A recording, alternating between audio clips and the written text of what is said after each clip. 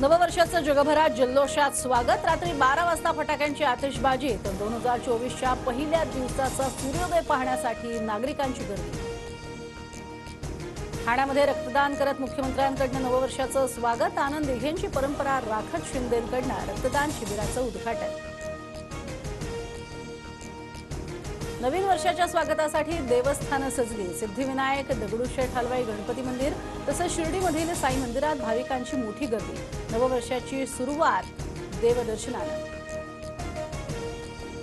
अयोध्येतील शरयू नदी किनाऱ्यावरील आरतीला भाविकांची मोठी गर्दी। शरयूच्या तीरावरील लेझर शोनं अयोध्या नगरी उजळली। जगभरात नववर्षाचा उत्साह। सिडनी आणि हाँगकाँगमध्ये फटाक्यांची आतिषबाजी करत नववर्षाचं जल्लोषात स्वागत। पाणबुडी प्रकल्प राज्याबाहेर गेला नाही। निवडणुकीमुळे तरुणांच्या मनात रोष निर्माण करण्याचा प्रयत्न। अजित पवारांचा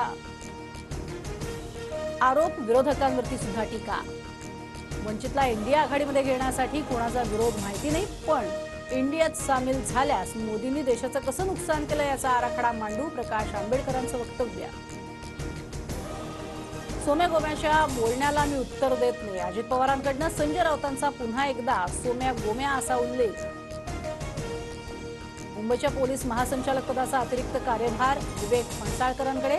रजनीश सेठ यांच्या सेवानिवृत्तीमुळे निर्णय।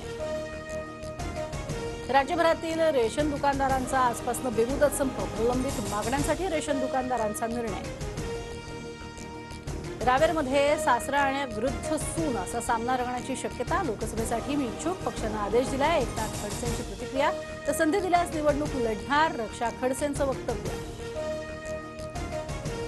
ठाण्यातल्या रेव पाटीवर पोलिसांची कारवाई। 100 जण ताब्यात। घटनास्थळावरून बियर, सिगरेटसह गांजाची पाकिटं जप्त। इस्रोच्या एक्स्पोसॅट या उपग्रहाचं आज प्रक्षेपण। ब्रह्मांडातील बारकाव्यांचं संशोधन करण्यासाठी मोहीम।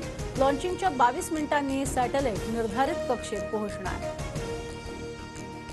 उत्तर प्रदेशचे मुख्यमंत्री योगी आदित्यनाथ यांना जीवे मारण्याची धमकी।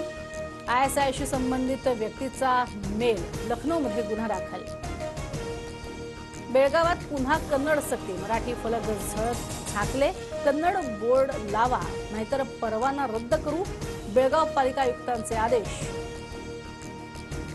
इटलीच्या पंतप्रधान मेलोनी यांना मॅन ऑफ द इयरचा किताब। तर इटलीमध्ये विरोधक आक्रमक। मेलोनी यांनी पितृसत्ताक किताब न स्वीकारण्याची मागणी।